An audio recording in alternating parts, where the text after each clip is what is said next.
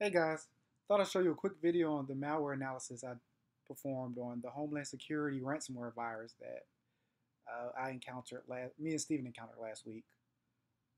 Just to give you a quick rundown of some of the tools I've used in my malware analysis. I use RedShot.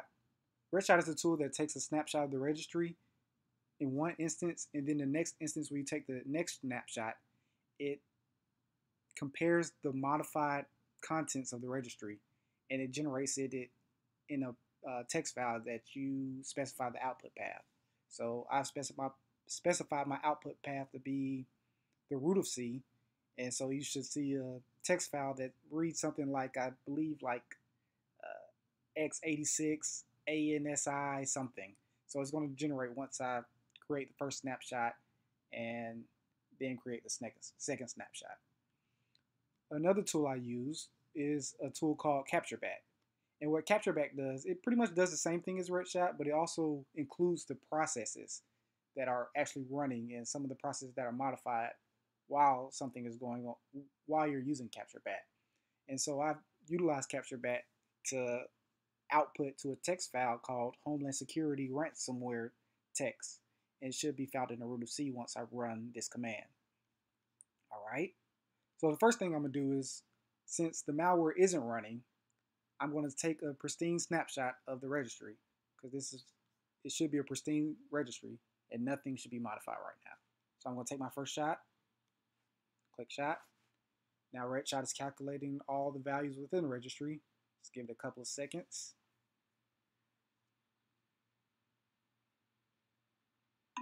All right, and it's completed its first snapshot of the registry. So this is like a sort of a baseline for the registry of what it should be looking like. All right, now I'm going to navigate to the malware and let it run. Now this is the malware. Now you want to make sure before you run the malware that you've already created a snapshot of the VN from a clean state. And when you take the snapshot of the VN, it's a good idea not to include the malware in it. So in case you forget after you run the malware analysis that, hey, I still have malware on my computer, on my VM. So you want to take that off. I've already created a snapshot, so I'm not going to go through that. So the next thing to do is just to run the malware. So I'm going to double click it. And once I double click it, I'm going to run this CaptureBack command. And I'm going to let it run for a second because the malware is doing something. As you can see, the malware kind of disappeared. So it's trying to hide itself within the computer. It's doing certain things, and CaptureBack is capturing that right now.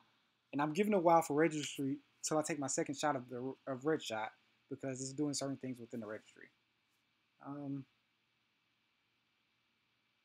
So I think it's good enough, safe to say that I could take my second shot right now.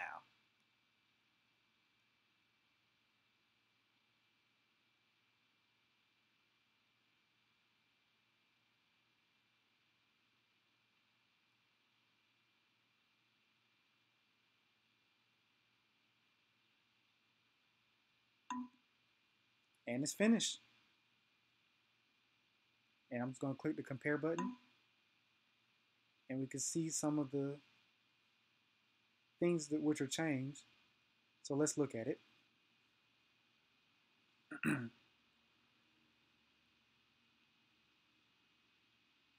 So we can see that from running this malware, it kind of deleted some of the different services within the safe boot. One of the things that me and Steven encountered while we was working with the malware was that it always crashed whenever I tried to safe boot into the machine. This is the reason why, because it's deleting most of the safe boot drivers and things of that nature that it needs to run in safe mode. And we can see also delete the command shell line. I mean the command line tool in safe mode. So yeah, really can't do anything in safe mode. So the malware is trying to make you run this within the normal Windows setting.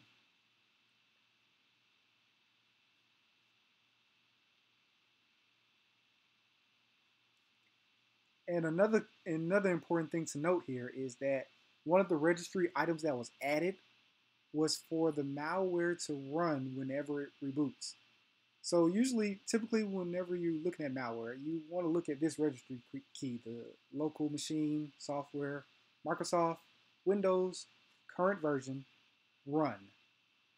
And all the items within this registry key runs when the computer starts. So this malware has embedded itself to run whenever the computer starts. Also, another important thing to note is some of the things that also change as opposed to it modified the IE process within the registry, as you can see here.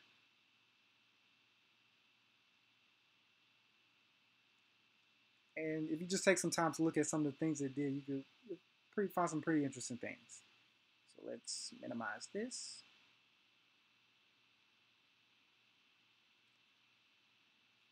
Oh, we can, sorry, stop that. Didn't want that to run for that long. And here's some of the things that was generated by CaptureBat. So we can see, like, just as Redshot showed, it actually embedded himself. The service host executable was changed to where the malware is running. That's interesting. I didn't even notice that.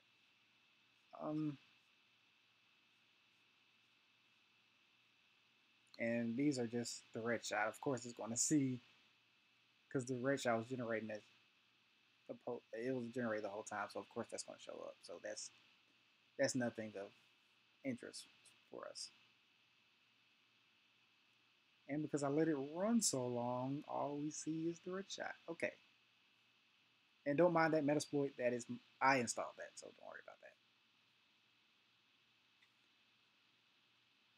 But that's pretty much it, guys.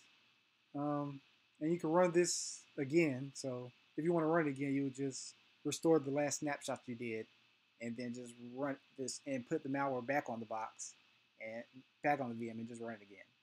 So that's just a quick video on some basic malware analysis techniques. All right, see ya.